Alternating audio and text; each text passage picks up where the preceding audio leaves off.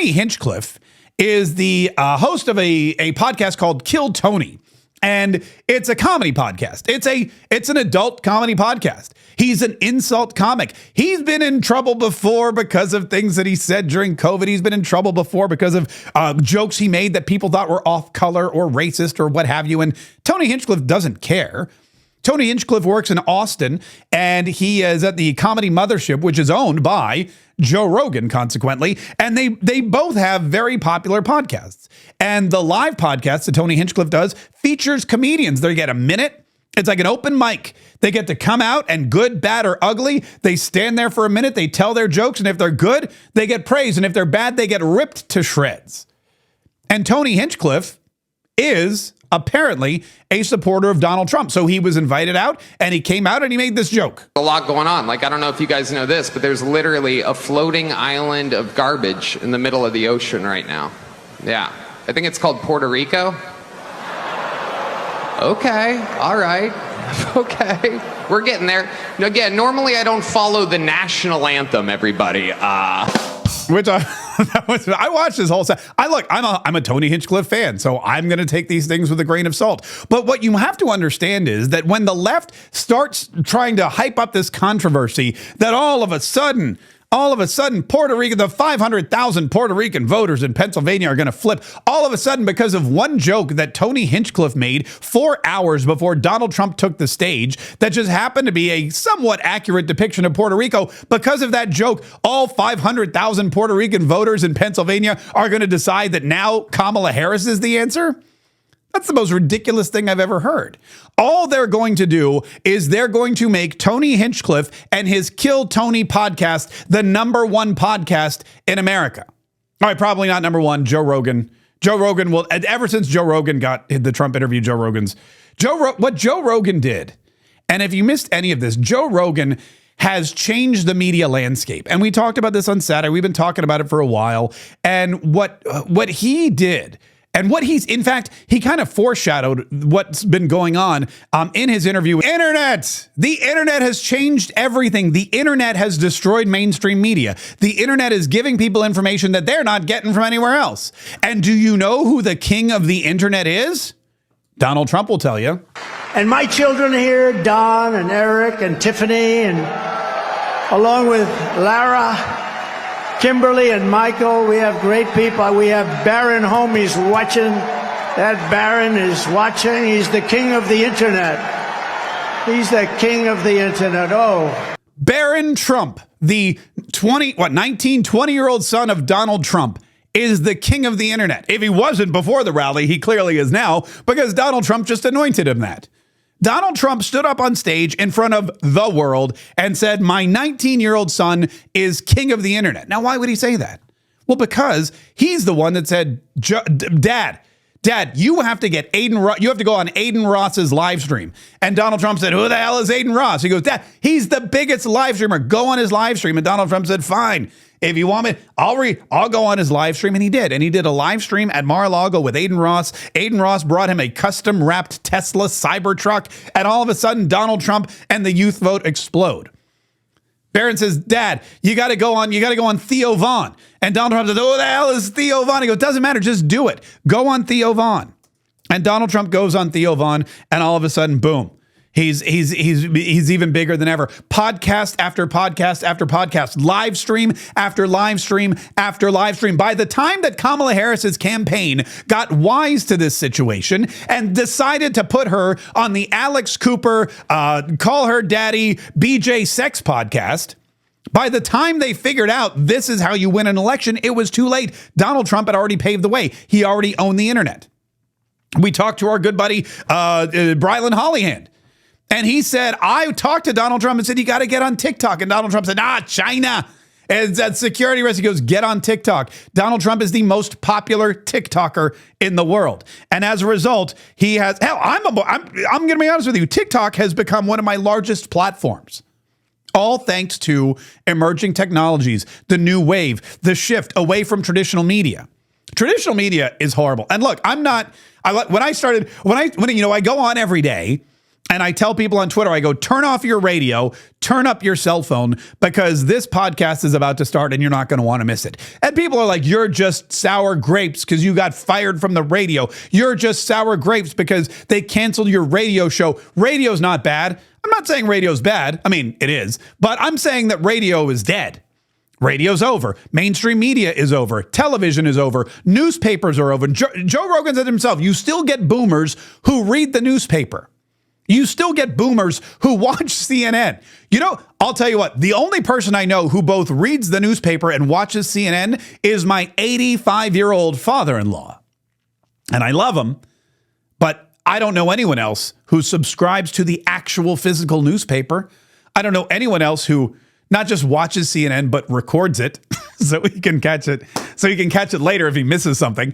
But that's it. And he's right. And Joe Rogan is right. And Donald Trump is right. And the internet has changed everything. I'm going to share with you a story. There's an online industry journal called Talkers, which is for talk radio.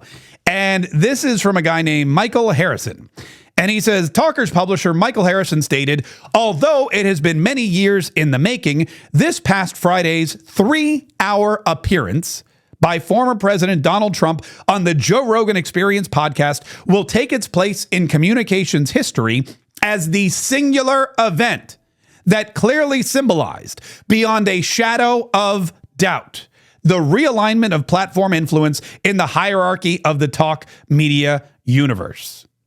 At the Monday morning Talkers editorial meeting, Harrison said, the hoopla over this podcast appearance and its enormous profile within election news coverage clearly indicates we have arrived at a point where the terms mainstream, legacy, alternative, grassroots, and the like have to be reevaluated in conveying impact and importance, both individually and certainly collectively. In the marketplace of ideas and the industries that serve it, Harrison added, this is especially true of Rogan's individual impact as indicated by, one, the deference he was paid by a former president and major party candidate in showing up 3 hours late for a live rally attended by thousands in which he actually implied that this podcast interview was a priority and, more importantly, to winning than arriving on time for the event. Number two, the tsunami of news coverage this podcast generated. And number three, the passive-aggressive irreverence granted a somewhat oblivious Trump by Rogan, both during and following the interview, and for the sheer enormity of Rogan's raw numbers on Spotify and YouTube, unfettered by FCC regulation. This is why this election is so transformative. It didn't just change American politics. Donald Trump didn't change American politics. I mean, he did. But he didn't just change the Republican Party. He didn't just change American politics. He destroyed everything mainstream. He destroyed television networks systematically, one by one. He pointed out that they're not news organizations. They're not reporting the news. They are lying to you. They are a mouthpiece of the Democrat Party, and if they are federally regulated, guess what? They're going to do whatever they have to do to keep their FCC license. On the internet, there's no regulation. We should probably keep it that way. The radio stations now, there was a story a couple months ago that people ask me about all the time. George Soros, socialist, Democrat operative, billionaire, who's pumped millions and millions of dollars into Kamala Harris's campaign, Joe Biden's campaign before it, who has paid for Democrat operatives to dress up like Antifa and crash rallies and attack Trump supporters. He is a foreign operative using his money to infiltrate and alter the course of the American political discourse.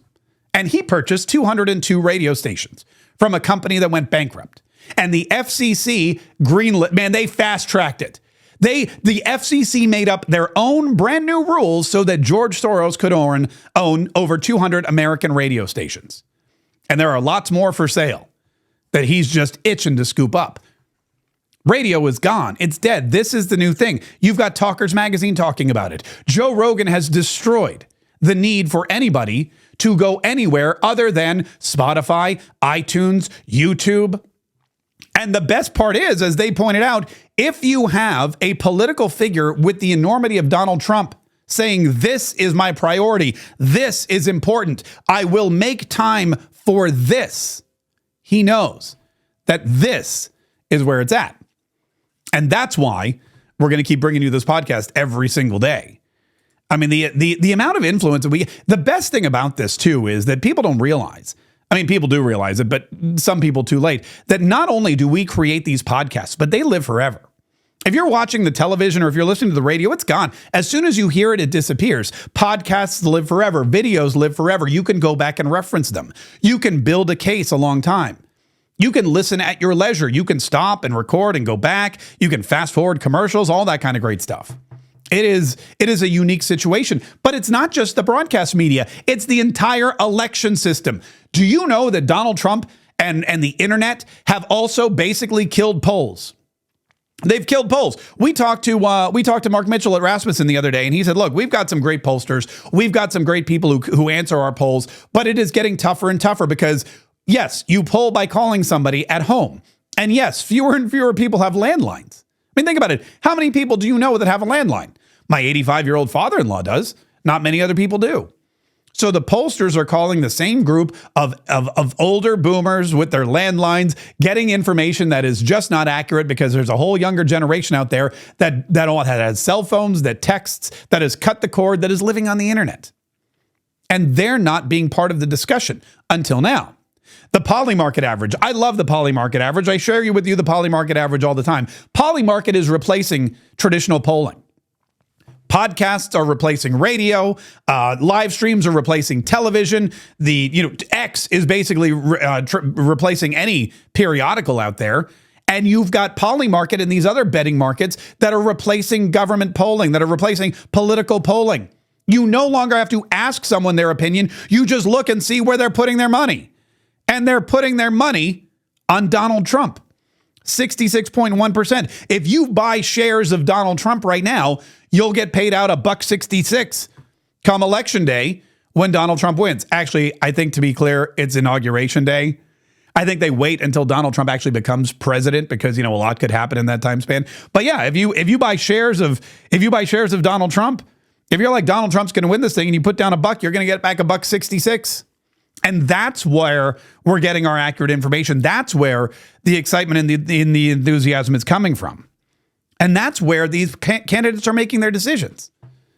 And we all really, I guess, have Baron Trump to thank for it because Baron Trump is king of the internet, which I guess would make me like the court jester or something.